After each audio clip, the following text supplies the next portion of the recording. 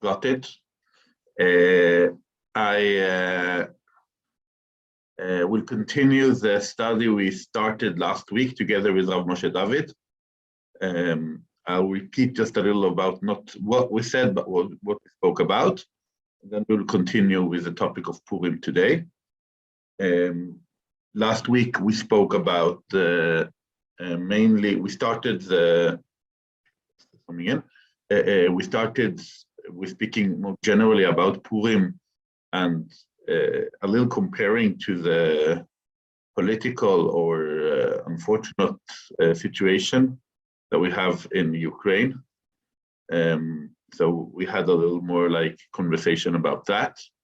Later we spoke about the idea of Purim and how celebrating Purim in more general frame.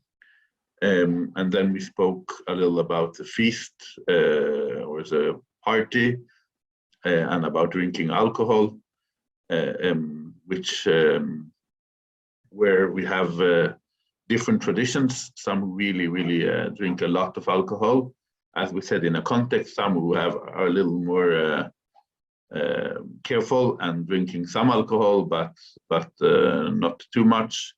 And as we said, the different traditions around that. I would want to focus today, first of all, on the mitzvot of mishloach manot and matanot la'evyonim, giving food to each other or sending food to other people, and giving presents to the poor, what we often call tzedakah today. Just both about the idea, why do we do that, how we should do it, and so on. And if we still have time in the end, trying to speak a little about the Megillat Esther. We also talked about that last week, I forgot, but they were listening to the Megillat Esther, but speaking a little about the content of the story of Megillat Esther, if we still will have time for that. It will be the content of the shiur every week, but especially I would say today, will be dependent on your questions, your comments, and so on. I really like when we have a shiur, I have my plans for the shiur, and that it finishes another way than my plan, since I get comments, good ideas, questions, and so on. If not, it will be just my plans from before. And if that is boring and you haven't come with questions, then you could only complain for yourself. That was a bad Purim joke. Okay, so what we see in the Megillah, try to open it.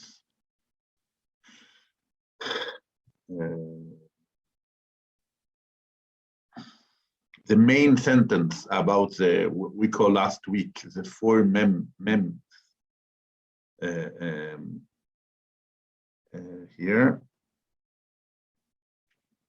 is from Megillat Esther. It's from the end of the Megillah, where after the whole story is finished, Mordechai and Esther, they're writing down the rules of, you could say, they record these events and send to all the Jews throughout the provinces of the king Achashverosh, near and far, and then charging them to observe the 14th and 15th day of Adar every year. We will maybe speak later also about what it means having sometimes a Purim on the 14th and sometimes on the 15th of Adar. It's depending on the place. What we today call it is that the 14th of Adar is Purim and the 15th of Adar is Shushan Purim. We'll maybe speak some words about that later. But that is the days that Purim is celebrated, okay? Some places on the 14th, some few places in the 15th of Adar. In Scandinavia, we all celebrated the 14th, so there is no question there. Then it says, את הימים אשר נחו בהם היהודים מאויביהם, והחודש אשר נהפך להם יגון לשמחה ומאבל יום טוב, לעשות אותם ימי משתה ושמחה, ומשלוח מנות איש לרעהו, ומתנות לאביונים. And as it said in English, anyone who could read this pasuk in English, so we'll hear other voices. Just unmute and begin to read. Anyone? I can do it. Thank you. The same days on which the Jews enjoyed relief from their foes, and the same month which had been transformed for them from one of grief and mourning to one of festive joy. They were to observe them as days of feasting and merrymaking, and as an occasion for sending gifts to one another and presents to the poor. Yeah, so this is the translation. We have here is 3 of the 4 mitzvot. The one mitzvah that isn't written here is the Megillah itself. It's written as a part of the Megillah, where we are obligated to read the Megillah on the evening and in the morning. We spoke about that a little last week. And then we have Mishteh v'Simcha. We have the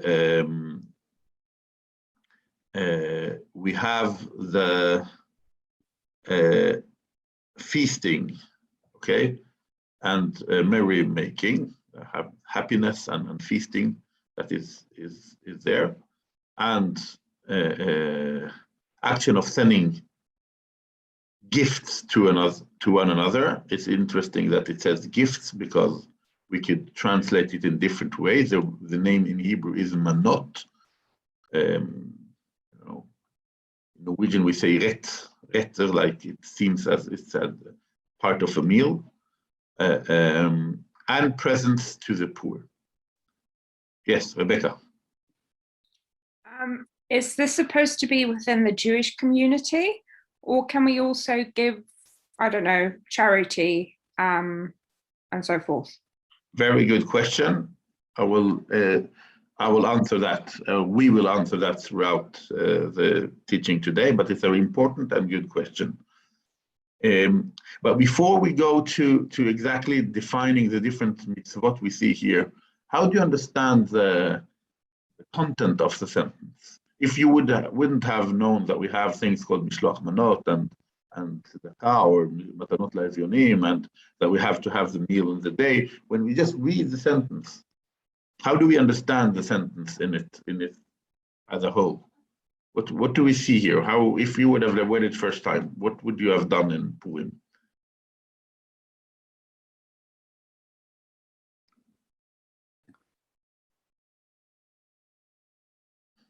For one is to be very joyful. Joyful. When should you be joyful? One should be joyful during the feasting, that we come together. There's also a community sense here. So the community sense here is very clear because you have the sending food or gifts to each other and giving presents to the poor and feasting. So it's party days, kind of party days. But it's also creating joy for others. So if you're giving to the poor, it's creating joy. So it's a party fellowship days. Like you have days of happiness, and in many ways the way we celebrate. And here's the gap between how Purim has turned to be and what is the Purim in halacha. Purim has turned to be days of balagan, as we said last week. It has become days where the party starts one place and you don't know where it ends. It's not like parties that have everything has a refrain. Now we have to eat and now we have to drink, as we have in Pesach, where we also gather and celebrate the freedom and the exile from or the exit from Egypt and so on. And we celebrate that in Pesach. But in Pesach, we feel it's very like Seder, we call it Leila Seder, very organized. In Purim, it's days of you do good things, you gather together, you hear the Megillah, you have customs, you drink, you party, and often in many communities, the celebration of Purim starts some days before Purim and ends some days after Purim. And it's like that also. We spoke last week about what happens when drinking in the yeshiva where people are gathering together. Also in the yeshivot, the balagan of Purim, starts a lot of time before Purim. Already this Shabbat that was now Shabbat Zachor in many, many communities, it's a Shabbat of balagan where everything, you have in the sentence here, the words asher nehepach lahem, that it turned to be, and later or before that in the Megillah it says v'nahafochu, everything is turned up down. So in this Shabbat, many communities turn everything up down. So the old people are singing Anim Zemirot and just doing things to show that the balagan of Purim, it starts in these days and not only in the exact time. Yes, Sarah? Yes, thank you. I believe that when we studied Shua with Yair, studied Purim, he also spoke about the importance of poor people being able to also give, because the fact that you feel that you're part of a community and also feel the joy of giving no matter how little you have is also a really important part of the togetherness. And because of that, when we speak about days of happiness and everyone are together, as we said, it's not only I'm partying with my two best friends, but I am part of a bigger gathering of party.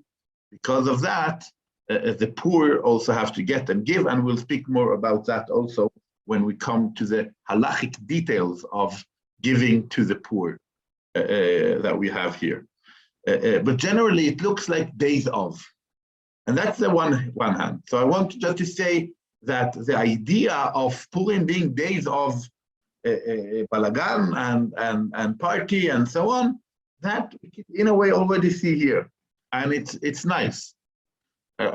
In difference of normally that we have to have everything very organized, it's nice that Purim also have this balagan frame. In the second hand, and as we know, Halakha learns and how mainly Masechet Megillah, the part of the Talmud that is discussing Purim and the Megillat Esther, mainly, these things become also halakha, friends. We can see in everything that it doesn't only mean do some good things, but it actually has a frame that is discussed as every halakha from the text in the Tanakh that we see here, through the Mishnah, through the Talmud, through the Rishonim, through the Shulchan Aruch, on how should we do these things. So, for example, the days of, when it says here, it has to be observe them as days of feasting, then the halakha doesn't understand that it's, many days, just do it sometimes in this days of Purim. No, days are these 2 days which we had in the sentence before. The places we celebrate in the 14th, it's the day of 14. The place where we celebrate on the 15th, it's the day of the 15th. And in addition, we understand that the time, the frame time for these mitzvot, for the meal, the feasting, for the mishloach manot, for the giving food or sending gifts to each other, and for the matanot la'evyonim and the gifts to the poor, these 3 things are on daytime. And here we go from the balagan of everyone. How do we keep that? So if I want to send mishloach manot, and I won't go in what that is yet. I want to send mishloach manot to all of you, and I will do a deal with a shop somewhere that they will send every one of you food in a big box of lots of foods, and that food will and by that I give lots of mishloach manot to many people, and everything is nice and good. But that mishloach manot will come at 10 o'clock in the night of Purim and not 8 o'clock in the morning. I have given you lots of gifts, but I haven't fulfilled the mitzvah, because the mitzvah is because it says on the days, meaning if I'm celebrating in the 14th, then I have to celebrate it on my day of Purim. That means I have to give the mishloach manot on the daytime and not in the night. It's a time for it. It's like celebrating Seder the night before. It's very nice, but it doesn't work. And it's actually also forbidden because of different other things. But you have the time, you have the frame for everything. And we'll look on some more of these frames of what should you give, how should you give, what is legal to give and not legal to give. So let's start now after we say that we have this frame. We said it has to be on the daytime. The meal where you gather together and eat, we spoke about last week. But then you have the next mitzvah of umishloach manot ish lere'eu, as it states here, or as it's translated in the sentence, and as occasion of sending gifts to one another. Okay, so there are two questions here. Let's start with the frame. What should we give and how many should we give? It said sending gifts or manot. Let's call it manot. It could be, we'll soon discuss what should it be, the content of it. But we have to send gifts to one another, okay? So if I want to fulfill this mitzvah according to the sentence, how many gifts should I give to how many people? And I think it was stated also in the text that you got in advance, where it spoke about mishloach manot. How many gifts should I give, or mishloach manot, let's call it in the Hebrew word, how many manot should I send to how many people? According to the sentence. Yes, Rebecca? Well, it's plural, but I think during the reading it said at least 2. Well, I might be wrong. It's as we see also in the translation, it said gifts. Yeah. Okay, to one another. So if I have to send gifts, it won't be enough with sending one gift. Yeah. I could send you a cow. Okay, it's actually not clear, a cow, because it's discussed in the Gemara. If I send you a cow, this cow will be one gift, and then I'll give you a gift, but I haven't sent you mishloach manot. I have sent you mishloach mana, a gift. Yeah. Because of that, we see here that the frame, the minimum of mishloach manot that has to be given on the daytime, is sending at least 2 gifts, 2 manot, to one person. Okay, yeah. So we have to have one person that is receiving and 2 gifts. Okay, and now for the question, why should we give gifts to one another? What should be the reason for that? And I have prepared the 2 main answers that none of them are according to halakha today, but could give a way. But if you read the sentence, just to, and when we study that, every answer could be correct. It's not that even I will say Rabbi Shlomo Al-Kabetz, and I will tell you about Tumat Adeshen, but you could also discuss with them before you heard their voice. So what do you think? What is the reason you have to send these manot to one another? And we all know already that it's often or should be food, but we'll discuss it later. Why should we send gifts to one another in the day of Purim? What do we gain from that?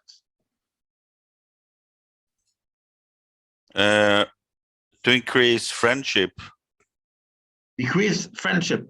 And goodwill between people. When I am creating, send a gift to a person, I show that I like them. I give them a good feeling of connection to other people that didn't forget them. And even if they're very, very rich, they still appreciate to get something from other people. That not everything they have to make themselves. So getting things from other people, that creates friendship, love, good connection between people. So that's a very good possible answer. And in addition, you can see that in the sentence, it doesn't say in Hebrew, the translation to English here is to one another. Ish lere'eu, a man to his fellow, re'eu.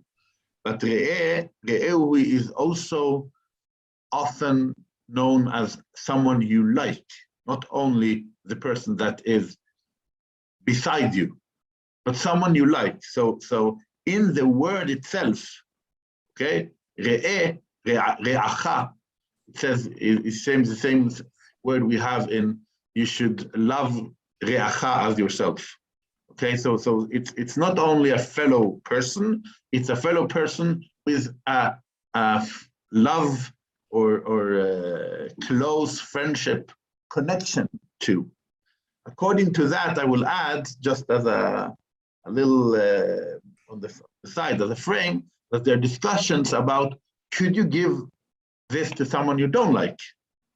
Or should you give it to someone you like? Because maybe someone you don't like isn't re'acha. Okay? And here there are discussions. Some say the whole idea is, as Lars said, to create love. And then it's even better to give to someone you don't like, because then you create love between you and someone that isn't naturally your best friend. Giving your best friend doesn't create so much love, because you always give it that one. You always depend on each other.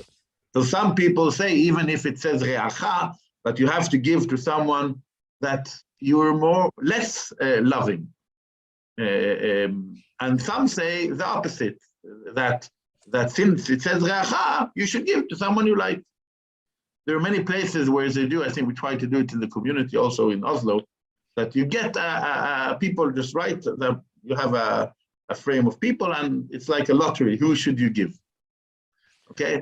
I can read here in the book here about that it's very important to concerning this mitzvah not to give in a way that make other people be offended, that it's a kind of competition, that the one who gets most so maybe it's possible to give to someone you don't like or not like so much in order to make this equal feeling. Yeah, it's a very interesting tzvah, saying that if even every good thing could also be done in a bad way. Meaning, if I will sit here and say about you, Lars, how great questions you give, and you're so clever, and you come with all the best opinions. I say only good things about you, but I create in a bigger frame a bad feeling from others. That, okay, why does he only say that to Lars? What's happening here? And in the same way, Mishloach Manot is a good deed to give. But if it becomes to be, I give because I want people to know how a loving, kind, giving person I am, then it's a competition. Then, oh, he gave me that, I have to give him even bigger to show him how good I am. Or everyone gives to the same person because everyone loves them, and then another person doesn't get any. And in that way, it's going out of the frame of, as you said, creating more love and caring and friendship between people. Yes, Rebecca? Yes, I think it said in the reading that the gifts are supposed to be quite humble. So it's something that everyone can give.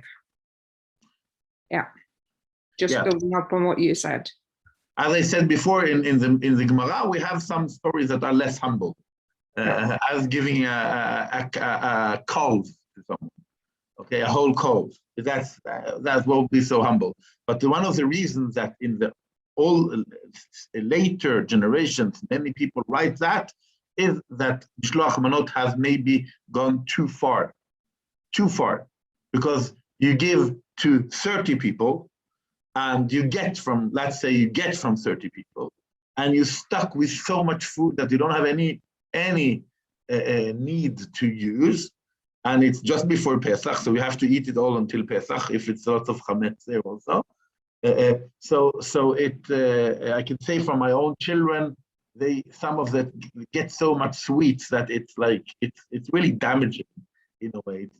It's been too much, and because of that, many places said, okay, let's let's give bigger part on the giving to the poor, and making this mitzvah according to the original frame, to one person, to gifts. But before, I want to go a little back to my question, why should we give? Because it has to say something about what should we give, okay?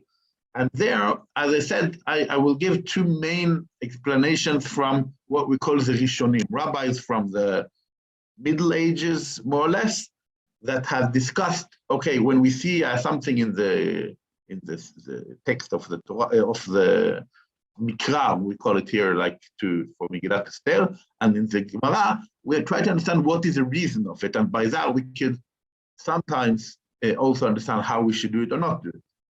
So Trumat tradition, a very known one of the Rishonim, he writes that the reason of this, the reason of giving, is connected to the feast, to the Seudah, to the Mishteh Simcha, as we said in the sentence.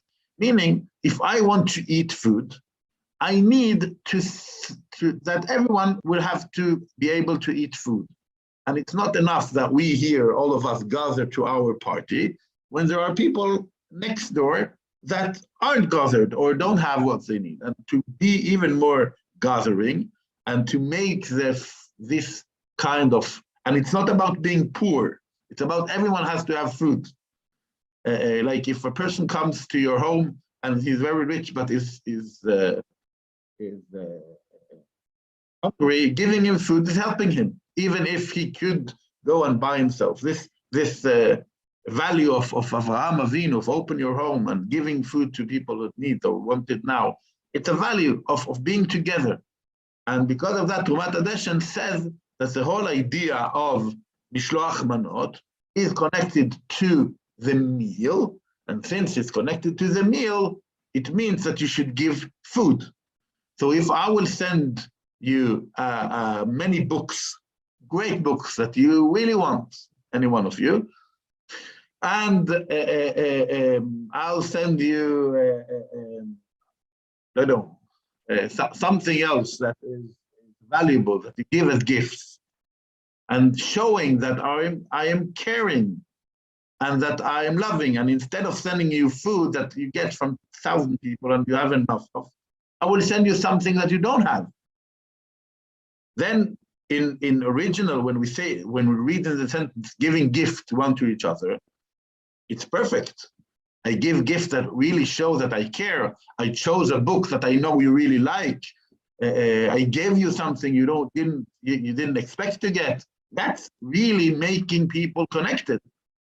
But according to Trumat Hadeshen, it's a nice gift, but it's not Mishloach Manot, because you have to give food. It has to be connected that now everyone is sitting in their feast, in their parties, in their meals, Purim meals, and they give food to one another.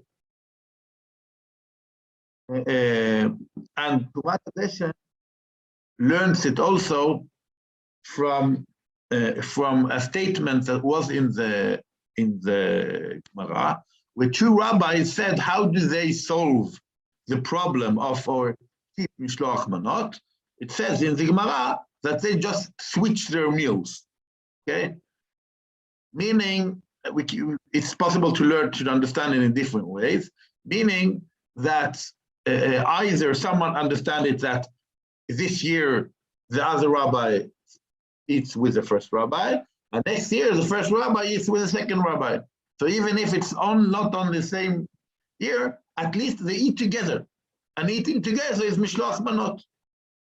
And by that, Trumat Hadeshen understands that the whole idea of Mishloach Manot is to create an environment where we are sure that everyone has somewhere to eat, okay, or something to eat.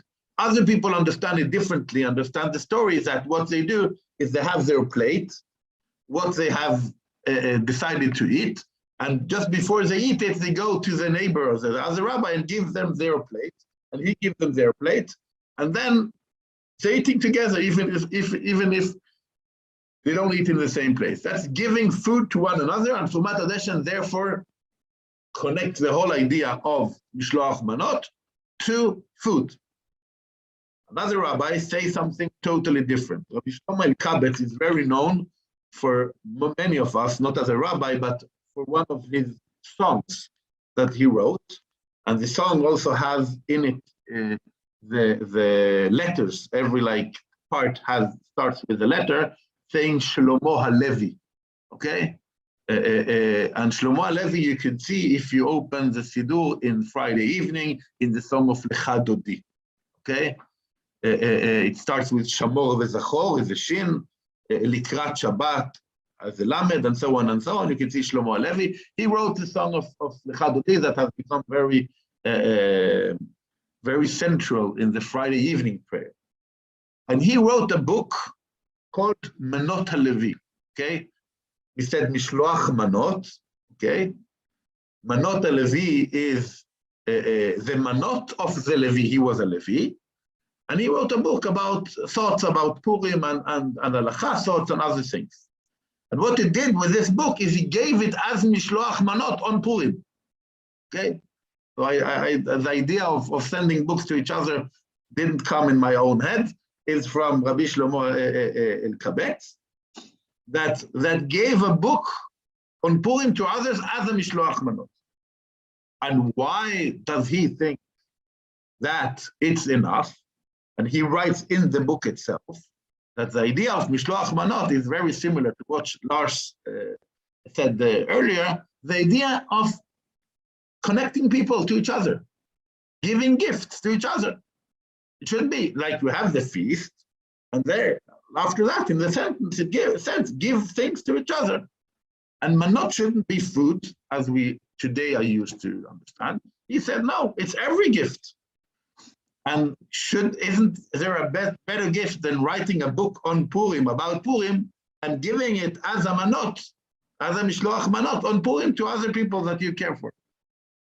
And he says that the whole idea, we talked about it a little last week also, the whole idea of giving gifts is to show that in the day of Purim, or the days of Purim as we saw, but the day of Purim is the day you're obligated to do that, you show that we are a part of one gathering. We, the Jews, okay, are a part of one gathering, answering for what Haman said. Yeshno am echad mefuzar u'mefarad ben amim. Haman, when he wanted to kill all the Jews, he went to Achashverosh, and there is one people that are spread and divided all around your empire, he says to Achashverosh, or your kingdoms, and that was the name, the words of Haman. And the answer for that, we gather in reading the Megillah, we gather in feasting, we give money for the poor that are part of our gathering, of our people, and we give gifts to each other. And that creates love and caring. It doesn't have to be food. So according to Rabbi Shlomo Kabetz, indifferent for what we know today, it's enough to give gifts to each other in Purim. It doesn't have to be food. It's not connected to the meal. So these are the two answers we have for why we do, two main answers for why we have Mishloach Manot. Yes, Sarah? Yes, I just have a question. Today, I think many of us are used to giving or bringing gifts when we visit our friends, and bringing foods, also sharing, having dinner where we share foods. So how, in a way, can you make this a different sort of gift than the one you usually bring when you go and visit your friends or your family? Because I think we are very much gift givers right now. Yeah, maybe giving gifts to someone you don't visit. So if we two have our Purim meal together, we can also give our gifts to each other, and it will be maybe halachically okay. But we could, just to show that the neighbor or another Jew that lives in another place, we also care for them, that we also give them something. Okay, I remember I had a conversation or just a telephone about something else with some Jews studying in Bergen. And it was just before Purim. So I said, you have opportunity, this student is Jewish and this student, and there are a few Jews in Bergen studying. just take some gifts and go to them and give them in the day of Purim. And I got these selfies of them giving gifts to each other. That was outside the frame, because if they were planned to celebrate Purim together, then okay, then you come with the wine or you come with the gift you come with when you go. But going especially to find another Jew that isn't your best friend, but is a fellow Jew on the day of Purim and give him a little gift, even if they're in the day of studying and they almost didn't, I have to say, don't keep on. This is the spirit of Mishloach Manot. As an idea. That's a really nice point. Yes, thank you. Yes, Anna? I just wanted to expound on what you said, because Friday I had such an experience of the unexpected. And it was actually a Moroccan celebrating Ramadan. And I had not seen this person for 6 months. He was the chauffeur for the ambassador. And the doorbell rang, and here he was, and he was presenting me sweets because I had been kind to him. And this is what we do. So and it was the unexpectedness of it that was so powerful for me. So I wanted to share it because I think, Sarah, in the unexpectedness of it is the beauty. And he didn't stay, he didn't want to stay, he just had one goal, and that was that gift.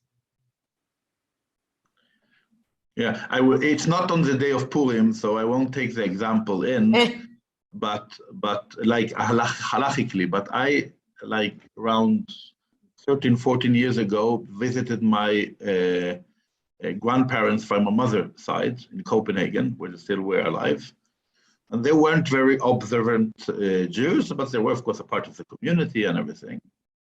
And while I visited them, it was some few days before Purim, some knocked on the door, children from the school, and gave them a Mishloach Manot. And I saw how they were, someone they didn't know, and they get the Mishloach Manot, and it shows this, that we are together as a people.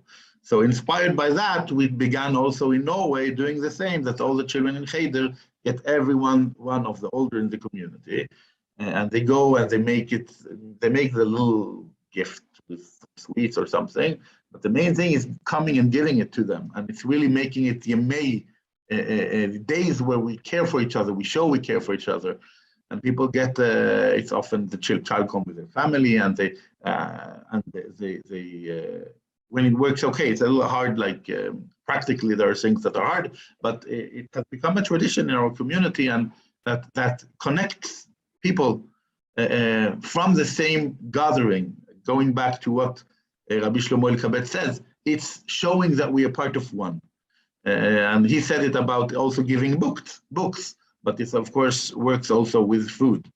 Just another answer, I don't want to confuse you with too many quotes from the Gemara, but one of the problems with the story I told before, where two rabbis went to eat in each other's home on Purim, is we can understand, like if I go and eat, I have another fellow person and he comes and eats in my home, we can understand that maybe then I made the Mishloach Manot to him because he eats my food and I give him food. But what does he do?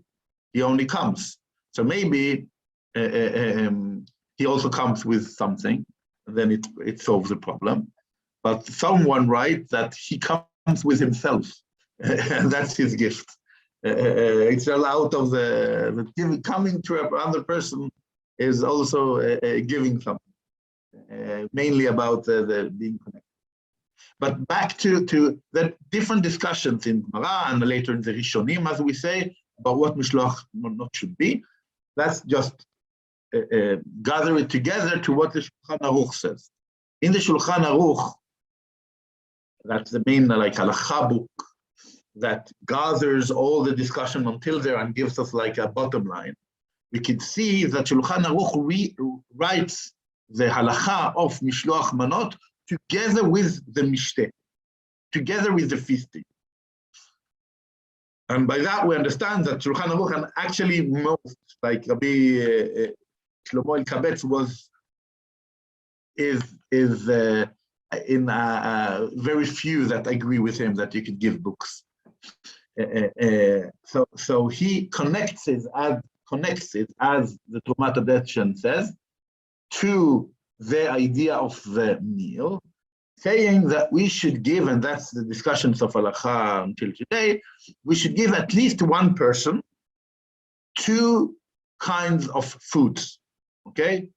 And 2 kinds of food could be almost anything. Many say that also drinking is okay, like wine or apple juice or any other drinking things. Some people say that it's not good with drinking. But it could be 2 kinds of meat dishes. It could be a bread and butter. It could be anything that are 2 different things. And then you have kept the mitzvah. And it also says that if you give more, even better. That you don't have to do exactly. Okay, I have to give you 2 dishes. Here you have a little bread, and here you have some butter. I did the mitzvah, I'm finished. You have to understand that, especially in this halakha, there is a frame that you have to keep. As we said, if I give lots of gifts the day before, I haven't done anything, according to halakha. But there is the spirit of this mitzvah. The spirit of this mitzvah is giving more, showing, being connected. So if we want to keep the idea of Rabbi Shlomo El-Kabetz, write a book about Purim, give it as a gift on Purim, give it with a few food things, but then you cover to all the opinions. But the book will be wow, I got a book from Mishloach Manot. That could be very nice. I would be very happy to get a copy of that book. But the idea is the giving, the frame is giving at least 2 to 1 person, connected to something that has with a meal to do. But you can give even more. And if you give the one, it's not a problem that you give Mishloach Manot 2 days before Purim. As long as you also give one on Purim, because it's only one that you're obligated to. And everything else, giving even more things. And if we think that people give too much food, so give just a little food as a symbol, or not a symbol as keeping the mitzvah, and then give a gift that isn't food in addition. Why not? And then we keep the mitzvah, and we also show that we said here the surprise is a part of the and not now we got chocolate, Hamantaschen and I don't know, sweets that we get every year, the same thing, the same. It's opening our hearts towards each other. We surprise each other. That could be a good way of taking Mishloach Manot, but building the spirit even more, or thinking out of the box. Who could we connect to? But for the question about should this be only to Jews or also to non-Jews, I think the answer is in what Rabbi Shlomo El-Kabetz says. The idea of Purim was saying that Jews are spread, or idea of Haman in the story. And because of that, it's totally okay to give gifts to non-Jews. It's not against that in any way. But the idea of Purim is to find our fellow Jews and showing that we are a part of one fellowship. Going to the one student, in the campus in Bergen and giving him and reminding him and yourselves that you are connected in a Jewish way. And giving that to a non-Jew, it's not connected to the idea of Purim. Not again saying that is there any problem giving gifts to non-Jews, but it's not a part of Purim. It's showing the connection. I'm giving flowers to your wife is very good. You're allowed to give flowers to others, but it's not the same. This is connected to one special connection, and other things are other things. So in Purim, Mishloach Manot is Ish Lere'eu, to his fellow Jew. The same thing would also be correct when we speak about Matanot La'Evyonim. That is the next step I wanted to show. Let's show the text again, even if I think. So the text says,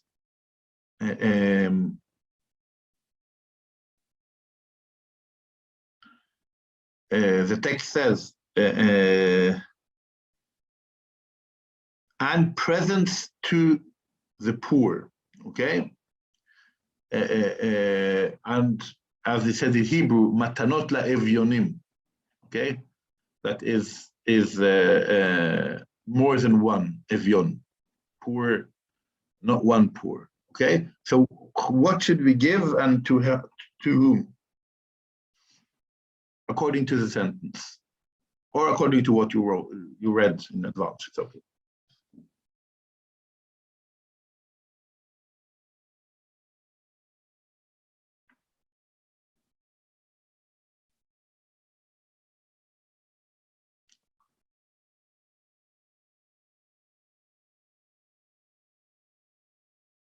Yes.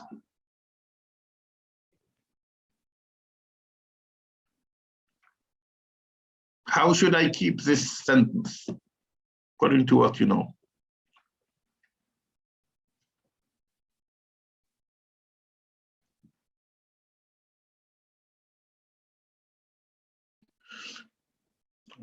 Since you don't answer yet, I'll make it more complicated. We are obligated to give tzedakah all the time.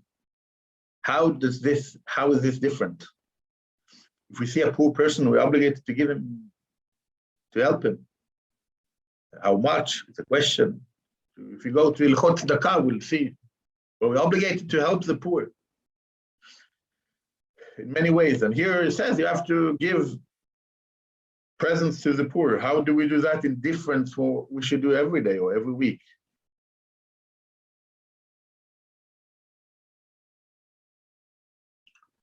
Yes? I have good time. Someone will answer. Is it maybe connected to the whoever stretches out a hand? Yes, so normally we speak about evyonim as people who we can't define who is poor. Huh.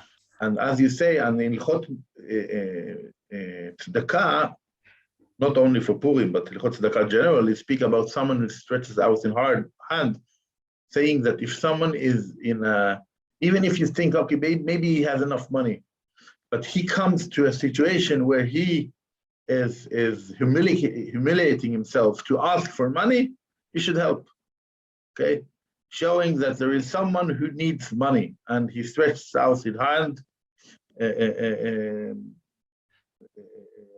The Torah also speaks about someone stretching out his hand and that you shouldn't close your hand as an answer. You shouldn't, if he opens his hand, you can't close yours, meaning you have to help. Generally into the car. But how should I keep this mitzvah? We said it has to be on the day of Purim, okay? How much money or presents should I give to how many poor people? Yes, Rebecca? I'm a little bit uncertain, but I think I read something about it should cover a meal. Or am I wrong? Someone says that, so it's correct. But to how many people should you cover your meal? Like Two people. Two. So since it says matanot le'evyonim, it has like at least two presents to two poor, not two to every one of them, or one for any one of them. The halacha says that we have to help two poor people with two presents. And now the question would be what Rebecca began answering. How do we define presents? And what also Lars spoke about, how do we define the poor that we need to give presents to? Okay, two questions. So when let's begin describing who should be, what we should give. And Rebecca, you said it has to be enough for a meal. Like giving 1 krona to two poor people isn't enough for them to be to eat something that will fill their stomach, okay? And because of that, several people also connect this to the feast, okay? We said some said that we have the Mishteh V'Simcha, the feast, we have the Mishloach Manot, and we have the Matanot Le'Evyonim. Some say Mishloach Manot, we spoke about before, it's a different mitzvah. One thing is that you gather in meal and you party. Another thing is you give presents, or as we said, it's food. Some people, it's connected, it's the idea of while you eat, you also give to others.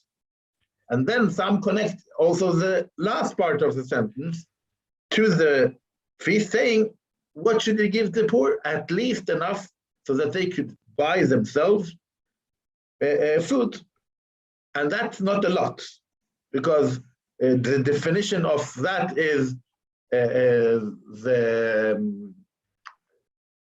amount of 3 eggs of bread, okay? And you could be, and you have a meal that is enough for a poor person.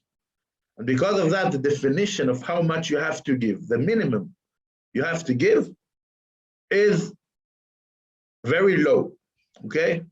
But you have to give enough for a meal for 2 people. Doesn't mean that you're not allowed to give more. People often give more than that. So if you give 30 Norwegian crowns, it's enough to buy yourself. If I speak Norwegian crowns, it's not worth so much comparing with the Danish one, but let's say that 50 Norwegian crowns, you're totally inside. So if you want to give that to 2 people, if you give 100 Norwegian crowns, you are totally covered the idea of the basic need of giving matanot la'evyonim. Okay, but since some people, as we said, also in the definition of how much you have to give, connected to the meal the same day, then it's a little more complicated, because if I want that the poor person that I give money to will have enough time to go and buy, to make himself the food, then I have to give it on the day, but early enough so that he can prepare his meal. If it's just like 2 minutes before sunset, and I forgot to give money to the poor, I give money to the poor, he won't have the time to make the food, the meal. So what we try to do is to give the matanot la'evyonim early on the day of Purim, so that the poor will have enough time to, if they want, they don't need, it's not needed. They get money or gifts, as we said, and they can do with it what they want. And so that it will be enough that that they could, enough time that they can prepare themselves the meal according to those who combine or put together the meal with the mishloach manot and the matanot la'evyonim all together. Another important mitzvah that was also mentioned here before, it's also connected that we are together and everyone gives there. And because of that, the poor is also obligated to give to other poor, okay? In a difference from tzedakah, where if it's not the same obligation. In Purim, that I will feel a part of the fellowship and I am poor, I also have to give money to another poor person, okay? And by that, it's a mitzvah not only about giving the poor, but we understand it's also connected to the one who gives. The set of mind of one who doesn't forget the poor. Not only that the poor will have money, but that all people in Israel will have the mind of we have to help the poor. As an important part of that. It's a little practical. Yeah, Rebecca? This might be a silly question, but who do you define as poor? And would somebody get offended if, say, for instance, I wanted to give somebody, I don't know, 100 kronas or something for a meal, and maybe they don't consider themselves to be poor? It's a very good question. It's also connected to tzedakah. Normally, giving tzedakah, the best way of giving tzedakah is that the one who gets money doesn't know who gets it for. Okay. And I'll say even more, the one who gives money doesn't know who gives it for. Because then you don't have, but that's very hard when someone like opens his hand and wants to get money and you ignore them, then no, I will give him from the back. Then you have to give it. But the idea of tzedakah is normally helping the people who need without showing him that he is needed or showing him who is helping him, and that's generally in Hilchot tzedakah. How is that practically done? Is it usually like a collection of money, or? So the original way should be, and in old days it was very usual. If we were gathered now in a shtetl, 200 years ago, we would know exactly who are the poor people who not only want to get, but are waiting for the day of Purim because then everyone gives them money. Okay, it wouldn't have been very complicated to find the poor. I could give you the money or someone else the money to give them, or doing it in a way that not everyone looks at them in the eyes and gives the money. But who are the ones who need to get in a shtetl would be very easy. But there were many, many poor people in the shtetl. Okay. But today it's a little more complicated, especially in the Western Scandinavian world, where also the government tells people that they have at least what they need to eat. Yeah. Then what is the definition of poor, and who should we give? What we normally do in our community in Oslo is that we gather. We have what's called, we always had something called Gaba'et Zakat, the one who collects the money to the Zakat, then finds the right way of giving it to the ones who are really needed. Okay, that makes sense. Yeah, I think that's a good way of doing it. So that's how we do it. And I will say, in addition, since our economic situation in Scandinavia is much better than other Jews in the world, we normally give it to people we know in Israel. We give it on the same day to, we know that we give, if you give me, or one who mainly collects the money in Norway is Michael Gritzman, normally is in the shiur, he's now in the way back from Israel to Norway. Give him money, you tell him in the morning, put 500 krones, 300 krones, 100 krones, as we said, is enough. Same day, this is divided to different poor, and then you give it to more than one person, and it's given on the same day of Purim to someone. Okay. And that way you don't know who it is, but you keep the mitzvah on the day of Purim. When that is said, if we know about people among ourselves that are poor, I think even if that is a good way of giving, that the occasion of Purim is a good occasion to also give people among ourselves. The definition of poor in old days was someone who doesn't have enough money to finish the month. Okay, if I have a young family with a work that is a lower salary, and I have to keep my children and pay for everything and the payment for electricity and so on, even in good societies as we have, it's sometimes very hard not to finish the month in taking loans and loans and loans and loans that I maybe never will come out of. Helping a person like that, even if they have enough food for the meal, but they are in a needed situation, is as good as sending money to people who actually open their hands in Israel. Some people say it's better for someone who has already opened their hand and asked for money. Some people say it's sometimes good to give the people, to find a way, and it's important to say, to give people who haven't yet opened their hand but would maybe do it soon. And if you help them a little or a lot, that help will helping them feel that they haven't become formally poor or publicly poor, let's say it like that. Yeah, thank you. So exactly who we should help is a question we have to ask ourselves, but the helping itself is important. And it's important to say that it has to be something specially for Purim. So if I take 5% of my salary and give to poor every month, that's very nice. Or 10, some people take 10% of their money, giving to different tzedakah. But then I can't say in the month of Purim, but I already gave money to the tzedakah, I'll give that. Because then it's what I give the month before and months after. So it has to be something in addition to what I normally give that is specially for Purim. Yeah, thank you. There were some more answers. Yeah. Can I ask you? Yeah. If I were living in Israel, could I just go out in the street and see poor people and give them mishloach manot? Mishloach manot you can give to anyone, also to the, but we speak of matanot le'ivyonim, for the poor, then yeah, you could give to anyone. Someone who asks for money is defined as a poor person that you're allowed to give money to. Okay. Not only in Israel, also outside. Here it has to be a Jew who asks for money. Not that it's problematic to give money to needy that aren't Jews, but connected to Purim, it has to be, it's a part of this we care for each other Purim way of thinking. Okay. Okay, Yeah. it Yeah. doesn't have to be in Israel, and anyone who asks for money is defined as poor. And also people who aren't asking for money, but you know that they're in a situation where they are needed, that's also defined as poor. Yeah. I want to ask something.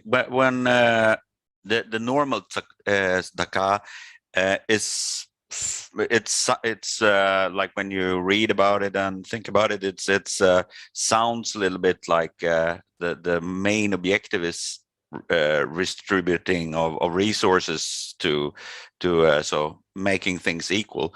But this giving is more like producing gratefulness in the group also. So it's not just like equal the playing field for everybody, but it's more like when we all give, and even the poor people can give to the even more poor, then we create some kind of common gratefulness that it's important. So it's not just like to play in the to equal the playing field, but more like creating something that lives during this period. So that could also maybe be a difference. Yeah, I totally agree. You said it was a question. It was a very good comment. Okay, sorry. With every word. So I will just say amen, and then that will be my answer for your question. Okay. Exactly. The difference, tzedakah comes from the word tzedek, and doing the world more righteous by understanding that if I am lucky and Hashem has blessed me with more money, it doesn't have to be only for myself, but I do more righteous to give for people who aren't as lucky as myself, and make the world more equal, or more, everyone will have their opportunities and so on. And there also, we also often speak about the ways of tzedakah, as we said, that, and that's of course also relevant in Purim, giving best that the one who gets doesn't know who gives, and so on and so on. But even there, the better to give money in a way that will help them to go out of the poorness, and not money that will make them use to get money for the food, and that they will never stand on their own feet. That's a part of the tzedakah world. Here, as you say, it doesn't mean that you couldn't give things that help them there. But the main idea is that in Purim, we care for each other, and we are together. And then the one who has less feels that they're not forgotten. Not only the rich people, they gather to their like rich people's party and don't think about anyone else. That's not a Jewish way of celebrating Purim. And because of that, we have the Mishloach Manot, we have the Matanot Le'Evyonim. We are celebrating. It's a part of the celebration of Purim, giving tzedakah. We celebrate by remembering the one who are needed. And as you said, because of that, the one who are needed also have to give to other people who are needed, because it's a part of their celebration of Purim, being a part. So that's a very special thing. I wanted to have a little time to speak about Shushan Purim, and maybe also speak about the story of Esther. That will wait for other forums than this, because we are already finished formally our time. But just saying about Shushan Purim, we said that we have the day of 14 and the day of 15, since the story of the Megillah is that they had another day of battle in the city of Shushan. And because of that, the day of rest was not on the 14th of Adar, but was on the 15th of Adar. Because of that, the Megillah itself says that in cities that were